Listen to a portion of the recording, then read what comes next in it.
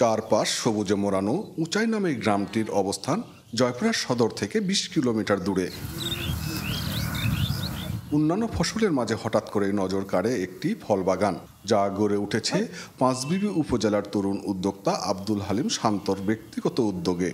দেশি বিদেশি বিলুপ্ত বিভিন্ন প্রজাতির ফল গাছের চারার পাশাপাশি আবাদ হচ্ছে ১০ থেকে ১২ ধরনের ফলের।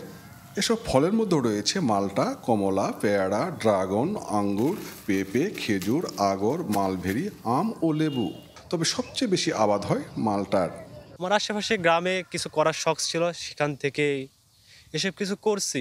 ভালো লাগে, অনেক লোকজন আসে বাইরে থেকে। সব শেষে বছর শেষে আমার একটা মোটামুটি ইনকাম আসে।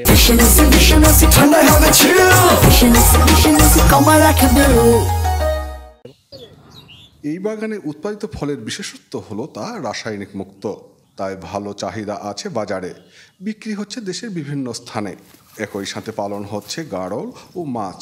ব্যতিক্রম এই উদ্যোগের সুফল পাচ্ছেন গ্রামের বেকার যুবকরা।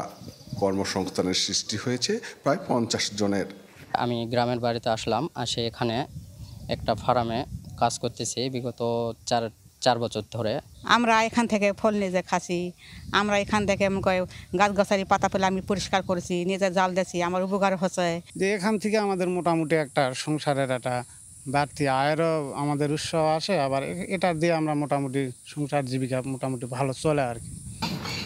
চাষাবাদ সম্প্রসারণে নানা পরামর্শ দিচ্ছেন প্রাণী সম্পদ অধিদপ্তরের কর্মকর্তারা। আমরা চাই যে গাড়লের মাংস বাজারে, ভেড়ার মাংস বাজারে ভেড়ার মাংস হিসেবে বিক্রি হোক। আমরা আশা করছি যে আব্দুল হালিমের মাধ্যমে আরও অনেকে এই গাড়ল পালনে আগ্রহী হবে এবং আমরা এই মাংসটা অ্যাভেলেবল পাবো সব জায়গায়।